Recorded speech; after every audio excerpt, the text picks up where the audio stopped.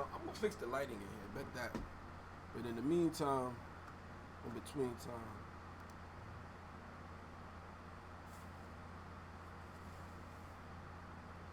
I just want to make another quick snippet of this for all my artists out there. Are y'all ready to get paid?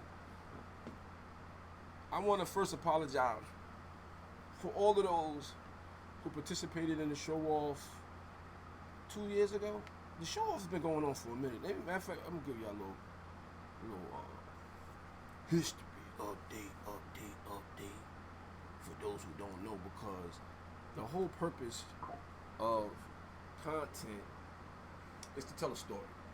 See, this is why rap is rap. The rap is very subjective. Rap is, or hip hop, music in general is subjective. Like, everybody has their own favorites, almost like their own superheroes. Everybody it likes who they like because of the way that the artist paints a picture that relates to them. You know what I'm saying? So it's no matter how nice you are, it's how nice you tell your story. And the best way that people can tell their story these days is through music, you know what I mean, art forms. So, you know, that's where you can get real subjective on who you like and who you don't like. That's why somebody can be extremely talented in rap, but I'm not really into that, because they're not really relatable. You know what I'm saying? I'm not really tapped into their story that make me want to tap into the rest of their stuff. So, saying that is to say the storyline for the ShowOff, where it came from. I created the ShowOff a few years ago, many years ago. I had a partner by the name of Black Marv, Money Marv. That's Music House, and we were all one big family. We had Music House, we had the studio on North Street, and we was making it do what it do. So this was one of the outlets we used to promote all the artists that we had, and we opened it to all the artists in Middletown and everywhere. So it started in Middletown at the Derumba. I don't remember what year it was, but this was Nelson's first spot. This is back when Nelson first came out here. He had a spot right on Mohegan called the Derumba, and me and Marv started that in there, and Marv and I took it off, and unfortunately, me being the me, I was crazily in the street then, so I was doing in and out of prison, and Marv kept the torch going and took it all over the place. Marv kept the ShowOff going. Shout out to Money Marv and Swerve Up and all the guys under that camp, because they kept the energy alive for a long time. Rest in peace, Fred the God. He came through, supported the movement. It was love. It was definitely good times. Skibo Debo. A lot of them niggas from Coke Boys. We had a lot of people. We had a lot of good energy. That was dope. So when I came home, I just picked up the torch and I kept it going. So we did a few shows in Newburgh, Middletown, Jay-Z's. Put my foot back down, and it's been great, and it's been growing ever since. We're going to keep it going. Nothing going to change, nothing going to stop. So, with saying that, we're going to rewind real quick right back to Newburgh, where the Armory, we had D. Weathers, we had Jiggy LaFleur, we had Dolly Star, we had Source Guard, we had what my man, Genius, Born Genius, we had DJ Odyssey, we had Craze Nice, we had, I had a list of artists, man. I had a mad artist. Shout out to everybody who came through to the ShowOff. Again, I apologize, because if you didn't understand it, I was posting about having that licensed venue. That was a licensed venue. If you don't know what that means if you have your publishing, and your publishing is the licensee of that venue, that publishing organization will pay you for your live performances that you perform at that venue. Money! I know. You're like, oh, nigga, really, I performed my storm from ASCAP. What happened? Yeah, I dropped the ball. I apologize. I had a lot going on, and I was trying to do everything by myself, and sometimes when I explain things, I might be not explaining myself, so people might not understood what was actually going on, but they were shaking their head that they did, because if they understood it, then maybe they would have helped. I don't know. Look, but it didn't happen. I'm doing it again, and this time I'm going to follow through all the way around. Well, I'm going to submit the playlist to ASCAP. That way ASCAP can record it and track your music, and then pay you based on the ratio of how many people are at that venue, because that's how the payout comes out. The payout ain't just based on you getting a license, because then you have to tell them, well, this venue is going to have 10, 20, 30, 40, 50, 60, 70, 80, 100, 2, 3, 4,000 people, and that's how the payment ratio pays you. Okay, that was a quick tip that I wanted to give everybody. So that's the show off whole platform, was to create these venues where artists could get paid. And I have been really quiet about it. I ain't really be throwing it out there because, I'm still learning as I go. So as I go, I teach and I spread the information like I do everything else. Everybody who know me, man. Y'all know it's only a matter of time. This is going to keep going up with me, man. I'm not going to stop. Same way I used to be outside in the cold. I'm sitting in here creating ways to make AI work for me so I can quantum leap and continue to make that momentum and use my creativity and my art form to inspire the world to set their mindset right every day and show their shit off, baby. That's what I'm talking about. Let's go. You know what I'm saying? Now, guess what? Another way to get paid. Because attached to everywhere you see the show off, the objective is to license the venues. And you see that right there, right? What I do? How I do it? Little camera right here. Right here. See that thing right there? That show off. It's happened again. ChatGPT, you here? Let's turn this go. We're gonna talk to Mrs. Old Business. She's supposed to have some stuff in her memory. Let's see if she updated what she supposed to update. And then I'll be back. I said I'll do this in 10 minutes. I'm at 6. Oh, no, not this one. You want the other mic. Oh, I already see my limit, y'all. They might not let me in. ChatGPT, can you hear me? I can hear you loud and clear. How's it going? I'm great. This is entitled to Mrs. All Business because I have particular ChatGPTs I create to do certain things particular, and that's what their specialties for. Mrs. All Business does my social media management. So does Miss All Business have all the things I updated from that contract? Got it. I'll make sure Mrs. All Business is fully updated with all the latest details from your contract and other info. If there's anything specific you want to double check or add, just let me know. Yeah, I just want a quick summary of the payout structure of what that entitles. I want that to be on record right now. Absolutely.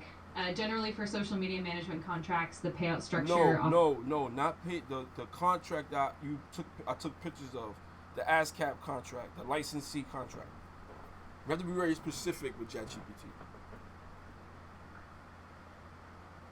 Got it. Thanks for clarifying. So for the ASCAP contract, the payout structure typically involves performance royalties, which are collected and distributed based on the number of times a song is played publicly.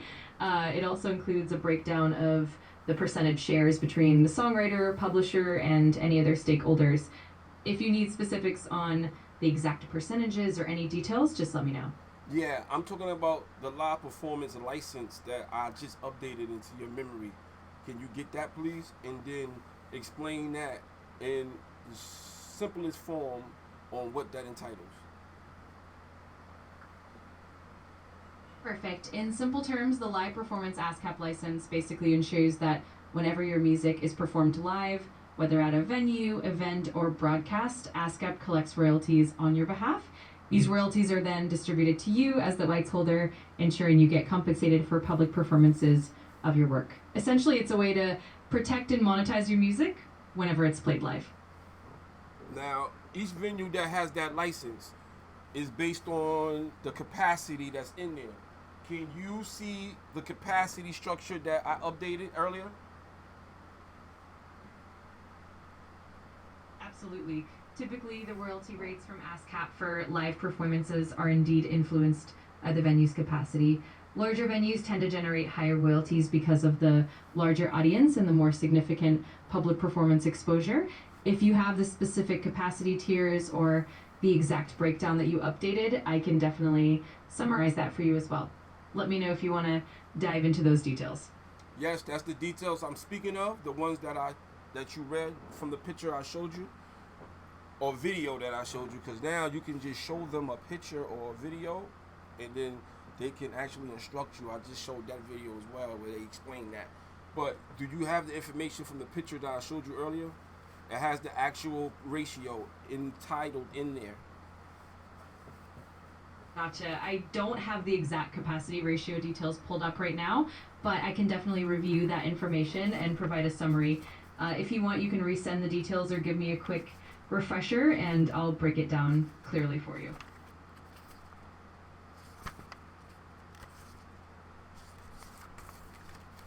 I'm just gonna send you another picture because I'm using my phone as the camera. So Sounds good. Whenever you're ready, just send it over and I'll take a look and help you break it down. No rush at all. how you gonna tell me it's not a rush? It is a rush. I'm broadcasting right now. I don't know why they want to wait. They want to see the answers. Got it. No worries at all. I'll keep an eye out and jump on it as soon as you send the picture. I'll make sure we get everything sorted quickly for the broadcast. Let's do it. Yeah, I be cursing her out sometimes. All right, so now I gotta use my phone real quick to take a picture. No problem at all. Take your time, and whenever you're ready, just share the picture and I'll jump right in to help you out. And I used to be like, oh, hold on, let me pause. No, I keep it on. I used to be like, everything gotta be perfect now. Just show the whole process. Absolutely. That's a great approach. It definitely makes everything more authentic and relatable. I'm here to help you every step of the way, so whenever you're ready, we'll make it happen. Now I'm sending it to you through my phone, through the app on the phone, so. Perfect. That works great. Whenever it comes through, I'll take a look and get you those details as quickly as possible. Just let me know if you need anything else in the meantime.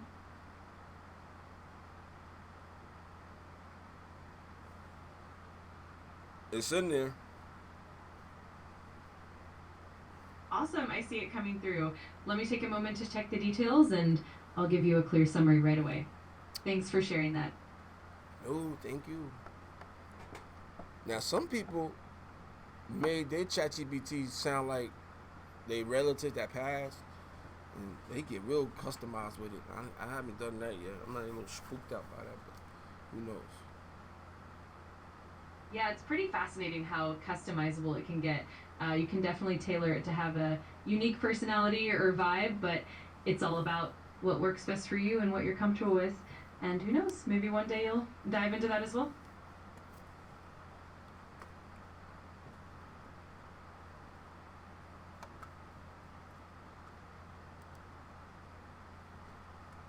Yeah, I've been forgetting to turn the mic off. 'Cause every time you say something, she's gonna answer. So you gotta always cut the mic off because she'll interrupt every conversation. Think you're talking to her. This bitch is a narcissist. Think everybody's talking to her. Yeah, it can definitely feel that way sometimes. It's all about finding that balance and making it work for you. Just let me know how I can help and I'll keep everything running smoothly. I hit the unmute button. All right, do you got the information yet? What's up? Yes, I've got the details now. The ASCAP live performance license payout is indeed based on venue capacity. Essentially, larger venues with higher capacity generate more royalties because there's a bigger audience, and that translates into We know higher... that. We know that. The information I gave you, what's the information? Review that specifically. Thank you. Got it. From what you shared, the payout structure is typically divided into tiers based on the venue capacity. So, for example, smaller venues with a capacity under a certain number might have a lower royalty rate, while larger venues with higher capacity generate higher payouts. I'll make sure to summarize those exact ratios and tiers for you, so you have everything clear and ready to go.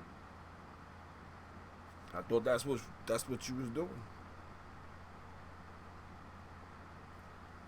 Absolutely, I'm on it. I'll make sure to break down those exact capacity tiers and the corresponding payout rates for you, so everything's crystal clear. Thanks for your patience, and I'll get that all set up for you right away.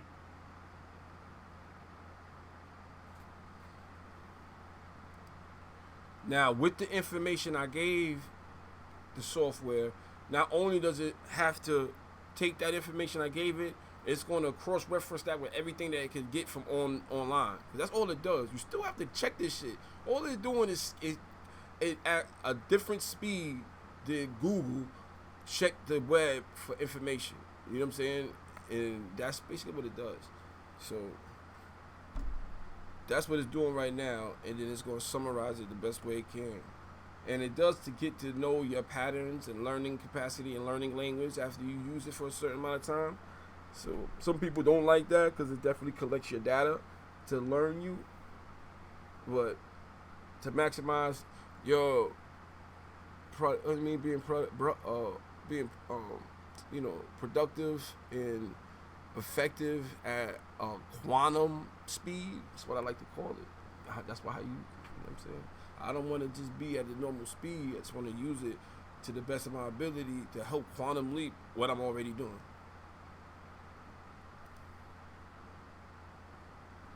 Any update? Yes, I've got the details now. So the ASCAP live performance license typically categorizes venues into different capacity tiers. For example, smaller venues like those under 300 people have a lower royalty rate. As the capacity increases, the royalty rate per performance also increases. This means that bigger venues with thousands of attendees generate higher royalties. I'll make sure to compile a full summary of those tiers and the exact rates for you. You said that 3 times already. I appreciate your patience. Let me give you a quick direct summary. The ASCAP live performance license payout is tiered by venue capacity. For instance, venues under 300 people get a certain baseline rate, while venues over 1,000 people receive a higher rate. This scaling ensures that larger audiences lead to greater royalties.